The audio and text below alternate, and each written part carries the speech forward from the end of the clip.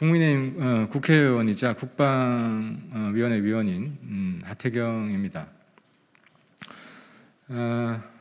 어제 발생한 해군 여중사 사건, 성추행 그리고 사망 사건에 대해서 말씀을 드리겠습니다. 지난 공군 여중사 사건이 사고였다면 이번 사건은 문재인 정부에 의한 사실상의 타살 사건입니다. 타살.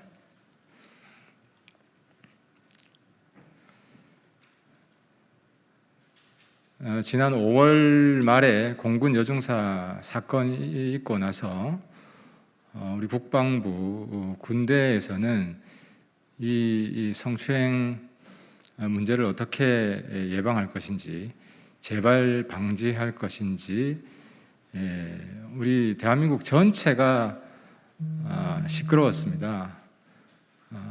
그런데 그 와중에 성추행 사건이 발생했고 또 2차 가해가 있었고 그리고 결국 사망에 이르게 됐습니다.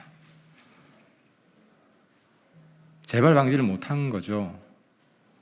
그리고 이 과정을 보면 사실상 이 정부가 죽인 것이다 라는 결론을 안 내릴 수가 없습니다.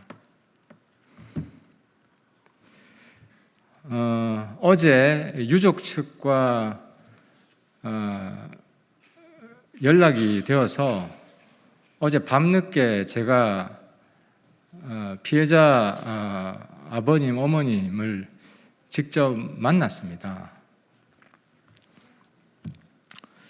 유족분들은, 아버님과 어머님 분들은 저에게 이 문제를 적극적으로 국민들한테 알려주시라고 간곡히 부탁을 했습니다. 그래서 제가 오늘 나왔고요. 어제 아버님이 하신 말씀을 제가 좀 옮겨드리면은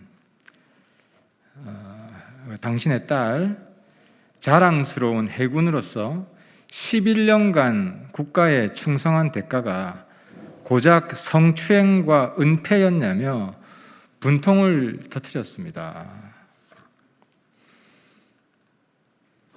이런 나라를 믿고 우리 자식을 어떻게 군에 보내냐, 군에 보낼 수 있겠냐, 분노의 절규를 하셨습니다.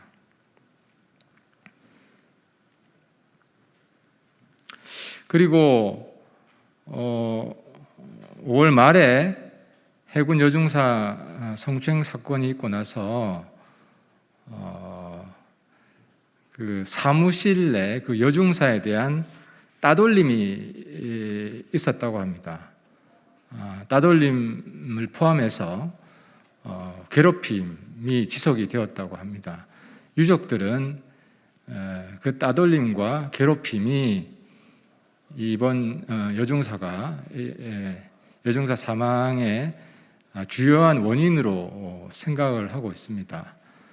근데 문제는 그 따돌림,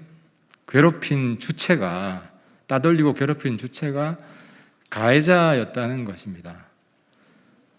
그 가해자는 피해 여중사의 업무상 지시를 받는 직속 상사였습니다. 같은 사무실을 쓰고 있었고요. 근데 성추행 사건이 있고 난 그 이후에도 같은 공간에서 지속적인 따돌림이 있었다고 합니다. 그 근거를 저한테